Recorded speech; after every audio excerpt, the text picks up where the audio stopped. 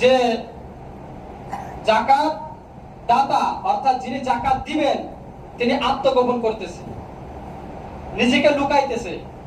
আর যাকাত গ্রহীতা অর্থাৎ যিনি যাকাত নিবেন তিনি যাকাত দাতাকে খুঁজে বেড়াইতেছে।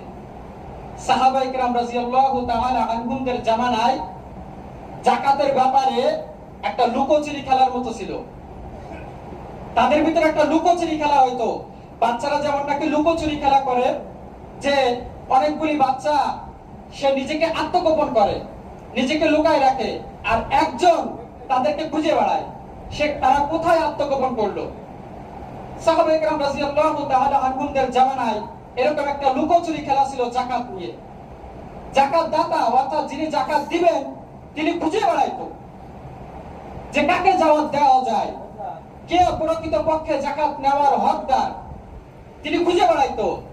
আর যিনি যাকাতের হকদার, যিনি যাকাত নেবেন তিনি নিজেকে লুকাইতো, নিজেকে আত্মগোপন করতো যে আমি যাকাত নিব না, আমাকে যেন পাইয়া না যায়, সে নিজেকে লুকাইতো। কিন্তু বর্তমান সমাজে এটা পরিপূর্ণভাবে উল্টো হয়ে গেছে, পরিপূর্ণ উল্টো হয়ে গেছে।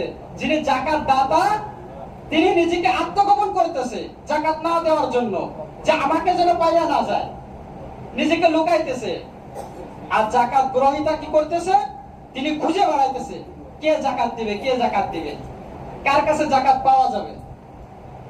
সম্মানিত মুসল্লি কিরাম, এজন্য সাহাবায়ে কিরাম রাদিয়াল্লাহু তাআলা আনহুমদের ভিতরে যেটা ছিল সেটা যদি আমরা আমাদের ভিতরে নিয়ে আসি, আল্লাহ তাআলা ওই বরকত আমাদের মধ্যেও রাখবেন।